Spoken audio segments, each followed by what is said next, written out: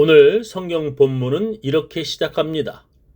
예수께서 즉시 제자들을 재촉하사 자기가 무리를 보내는 동안에 배 타고 앞서 건너편 벳세다로 가게 하시고 무리를 작별하신 후에 기도하러 산으로 가시다. 예수님께서 제자들에게 즉시 배 타고 그곳에서 떠나라고 재촉하셨다는 것입니다. 왜 예수님께서 그렇게 즉시 제자들에게 떠나라고 재촉하셨을까요? 그 이유는 예수님께서 오병이어 기적으로 빵을 배불리 먹은 군중들과 제자들을 따로 분리하기 위해서였습니다. 더 정확히 말하면 빵을 배불리 먹었던 그 군중들이 예수님을 억지로 잡아 자기들의 왕을 삼으려고 했기 때문이었습니다. 그러므로 예수께서 저희가 와서 자기를 억지로 잡아 임금 삼으려는 줄을 아시고 다시 혼자 산으로 떠나가시니라. 그 당시에 로마 황제는 로마 시민들에게 빵을 공짜로 나눠주곤 하였습니다. 그래서 예수님이 그들의 왕이 된다면 그들은 어쩌면 로마 시민과 같은 신분이 될 수 있다고 생각했을 것입니다. 그래서 그들은 자기들을 배부르게 해주는 예수를 억지로 자기들의 왕 삼으려고 했습니다. 그러나 예수님은 그들을 빠르게 돌려보내고 기도하러 산으로 가셨습니다. 어찌 보면 예수님은 그들이 억지로 붙잡으려는 것을 피하여 산으로 도망치다시피 떠나셨습니다. 예수님의 명령대로 배를 타고 떠난 제자들은 날이 저물자 풍랑이 일었고 그들은 노젓기가 아주 힘들었습니다. 예수님께서 산에서 그곳을 보시고 내려와 호수 위를 걸어 그 배로 걸어가셨습니다. 제자들은 예수께서 호수 위를 걸어오시는 것을 보고 놀라 유령이라고 소리를 질렀습니다. 사람이라면 그렇게 물 위를 절대 걸을 수 없기 때문에 그들은 너무 놀라 유령이라고 소리를 질렀던 것입니다. 거센 풍랑 때문에 배가 뒤집혀질 무서움보다도 그들은 새벽 4시에 유령이 자기들에게 물 위에 걸어오는 것이 더 무서웠을 것입니다. 그러자 예수님께서 그들에게 안심하라, 내니 두려워 말라 말씀하시고 그들의 배에 올라가셨습니다. 그리고 그 거세었던 풍랑이 그치고 호수가 잠잠하여졌습니다. 오늘 제 설교 제목은 물 위를 걸으신 예수입니다. 여러분, 이 세상에 그 어떤 사람이 물 위를 걸을 수 있습니까? 절대로 이 세상 그 누구도 물 위를 걸어갈 수 없습니다. 그렇다면 예수님은 어떻게 물 위를 걸으실 수 있었던 것입니까? 왜냐하면 예수님은 유령이 아니시기 때문입니다. 예수님은 우리처럼 똑같은 육체를 가지신 사람입니다. 육체를 가진 사람이 맨몸으로 물 위를 걸을 수는 절대 없습니다. 그러니 그들이 저것은 유령이라고 소리치는 것입니다. 그 당시에 이단인 영지주의 크리스천들이 예수님은 육체를 가진 사람이 아니라 귀신이라고 주장하였습니다. 예수님이 육체를 가진 것처럼 보이지만 예수님은 영으로 오셨다가 영으로 활동하시고 영으로 하늘에 올라가셨다고 그들은 주장하였습니다. 어찌 보면 오늘 성경 본문에서 물 위를 걸으신 예수님은 그들의 주장처럼 유령인 것입니다. 그러나 사도들은 예수님은 우리와 같은 육체를 가지신 사람이라고 가르쳤습니다. 그렇다면 어떻게 예수님이 물 위를 걸으실 수 있다는 말입니까? 그것은 인간이신 예수님이 또한 하나님의 아들 그리스도이기 때문이라고 사도들은 가르쳤습니다. 예수님은 우리와 똑같은 사람이지만 그러나 또한 하나님의 아들이기 때문에 오병이어 기적을 행하실 수 있었다는 것입니다. 예수님이 하나님의 아들이시기에 물 위를 걸으실 수 있었다는 것입니다. 인간이신 예수님께서 또한 하나님의 아들도 되시기 때문에 그렇게 놀라운 기적들을 행하실 수 있었다는 것입니다. 그런데도 많은 사람들은 예수님이 하나님의 아들이요 그리스도이심을 믿지 않았습니다. 그래서 어떤 믿지 않는 자들은 예수가 귀신의 왕인 바알세불의 힘을 빌려 그런 기적들을 행한다고 주장하였습니다. 예수님이 하나님의 아들이요 그리스도이기 때문에 눈먼 자들과 귀신 들린 자들을 치료하셨습니다. 그러나 그들은 그렇게 믿지 않고 인간인 예수가 귀신의 힘으로 그렇게 놀라운 치료를 한다고 주장하였습니다. 예수님은 그런 자들은 용서받지 못하는 죄, 즉 성령을 회방하는 죄를 짓는 자들이라고까지 말씀하셨습니다. 여러분은 예수님이 우리처럼 육체를 가지셨지만 하나님의 아들이요 그리스도임을 믿습니까? 예, 그렇습니다. 예수님은 우리들처럼 배고프시고 목마르시고 피를 흘리시는 인간이십니다. 예수님은 기뻐하셔서 웃으시고 또한 슬퍼서 눈물까지 흘리시는 인간이십니다. 그러나 또한 예수님은 하나님의 아들이셔서 오병이어의 기적을 행하시고 눈먼 자와 문둥병자를 치료하시고 또한 물 위를 걸으실 수 있는 것입니다. 우리는 예수님이 그런 능력 많으신 하나님의 아들임을 믿어야 합니다. 여러분들 모두 그렇게 예수님이 물 위를 걸으시는 하나님의 아들임을 믿으시지요? 그 당시에도 많은 크리스천들이 그렇게 믿어 구원을 받았습니다. 그런데 그들 중에 많은 사람들이 궁금한 것이 있었습니다. 그것은 그렇게 능력이 많은 하나님의 아들이 왜 그렇게 나약하게 십자가에 못 박혀 죽었나라는 것입니다. 그래서 사도들은 예수님은 하나님의 아들이시기에 죽으셔서 무덤에 들어갔지만 3일째 되는 날에 부활하셨다라고 가르쳤습니다.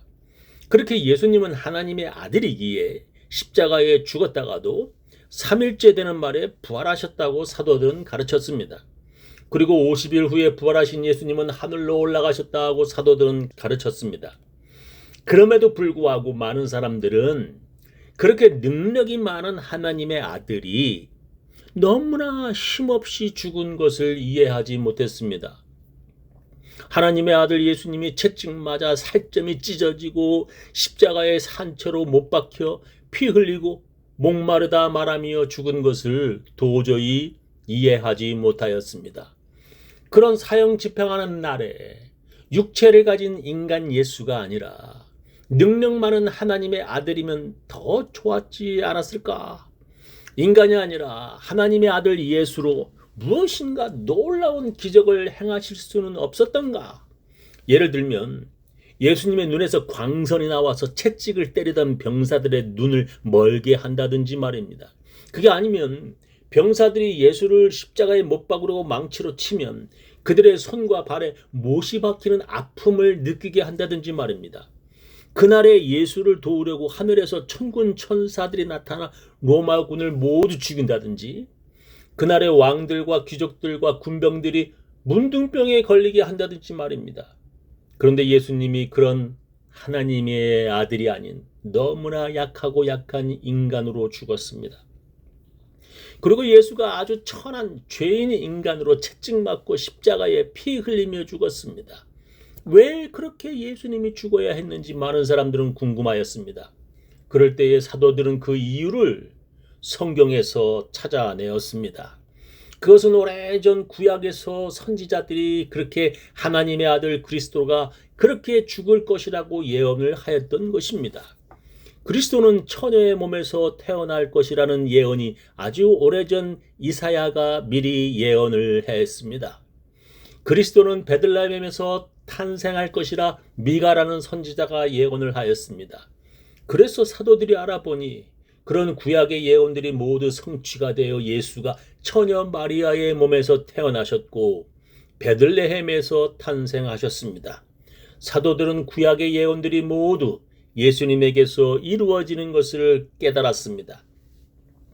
예수님이 낙이 타고 예루살렘 성에 입성하시는 예언이 스가랴 9장 9절에 이미 예언되어 있었습니다. 그래서 사도들은 예수님이 그 예언을 성취함을 기록하였습니다. 이렇게 구약에서 이미 선지자들을 통하여 하나님께서 미리 사람들에게 말씀해 주셨던 것입니다. 그런 예언들이 예수님을 통하여 이루어진 것을 사도들이 찾아내었습니다. 예수님은 사람들을 죽이고 정복하는 군사적인 메시아로 오시는 것이 아니라 모든 사람을 살리고 용서하기 위해 오시는 사랑의 그리스도이셨습니다. 예수님을 박해하는 자들을 죽이기 위해 오시는 것이 아니라 그런 원수까지 사랑하기 위해 예수님이 오신 것입니다. 하나님께서 많은 사람들의 죄를 용서하기 위해 대속의 어린 양으로 예수님을 이 땅에 보내신 것입니다. 그런데도 사람들은 그렇게 오신 하나님의 아들 예수님을 알지 못하였습니다. 예수님의 제자들도 그것을 알지 못하였습니다. 오늘 성경 본문은 이렇게 기록합니다. 제자들이 그의 바다 위로 걸어오심을 보고 유령인가 하여 소리 지르니 저희가 다 예수를 보고 놀람이라. 이에 예수께서 곧 더불어 말씀하여 가라사대 안심하라 내니 두려워 말라 하시고 배에 올라 저희에게 가시니 바람이 그치는지라 제자들이 마음에 심히 놀라니 이는 저희가 그 떡 떼시던 일을 깨닫지 못하고 도리어 그 마음이 둔하여졌음이러라 했습니다. 예수님이 오병이어 기적을 행하신 하나님의 아들이심을 그들은 잊어버렸습니다. 물 위로 걸어오신 예수님이 하나님의 아들이라는 것을 그들은 알지 못하였습니다. 예수님의 제자들이 이 정도인데 다른 사람들은 오죽하겠습니까? 예수님을 따르던 수많은 사람들이 예수님이 너무나 나약하게 십자가에 죽으시자 실망하였습니다. 그리고 그들은 그런 나약한 그리스도는 필요하지 않다고 칼과 무력으로 정복하는 다른 메시아를 기다렸습니다. 그러나 모든 사람이 하나님 앞에서 죄인들이기에 그런 죄인들을 구원하기 위해 하나님께서 그리스도 예수님을 이 땅에 보내셨습니다. 바로 그런 예언들이 모두 구약 성경에 이미 기록되어 있었습니다. 그가 찔림은 우리의 허물을 인함이요 그가 상함은 우리의 죄악을 인함이라. 그가 징계를 받음으로 우리가 평화를 누리고 그가 채찍에 맞음으로 우리가 나음을 입었도다. 우리는 다 양 같아서 그릇 행하며 각기 제 갈 길로 갔거늘 여호와께서는 우리 무리의 죄악을 그에게 담당시키셨도다 했습니다. 예수님께서 그렇게 십자가에 죽은 것은 우리 모두의 죄악을 인함이라고 오래전 이사야가 말씀하시는 것입니다. 그렇게 예수가 채찍에 맞고 우리 대신 죽음으로 우리가 구원을 받았다고 아주 오래전에 이사야 선지자가 예언을 하였다는 것입니다. 그런 구약의 예언들을 예수님이 모두 성취하셨다고 사도들은 사람들에게 가르쳐 주었습니다. 바로 그것이 하나님의 뜻이고 하나님의 계획이었습니다. 그런데도 많은 사람들이 그런 그리스도보다는 배불리 빵을 먹게 해주는 로마 황제 같은 메시아를 원하였습니다.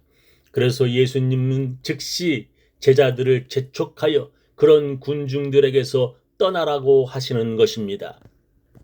그렇게 잘못된 믿음을 가진 자들에게서 예수님은 제자들을 분리하시는 것입니다. 그렇게 제자들은 예수님의 명령을 듣고 그들을 떠나 배를 탔습니다. 그러나 그들은 밤에 풍랑을 만나 너무나 고생하였습니다. 그렇게 그들은 예수님의 명령을 따라 배에 탔는데 풍랑을 만난 것입니다. 그런 것처럼 예수님의 말씀 따라 사는 크리스천들은 오랫동안 박해를 받았습니다. 그들에게는 로마 제국의 박해에서 해방시키는 정복자 메시아가 필요했습니다. 그러나 크리스천들은 그런 메시아가 아니라 자기들의 죄를 위해 죽은 예수를 그리스도로 믿었습니다. 그들은 비록 가난하여 먹을 빵도 부족하였지만 그럼에도 불구하고 빵을 배불리 나누어주는 로마 황제 같은 메시아를 원하지 않았습니다. 그들은 자기들보다 더 가난한 자들에게 빵을 나누려는 사랑의 예수님을 그리스도로 믿었습니다. 바로 그런 그리스도가 구약에서부터 많은 선지자들이 예언한 진정한 그리스도입니다. 저는 우리 교인들 모두 진정한 그리스도를 믿는 크리스천들 다 되시기를 예수님의 이름으로 축원합니다.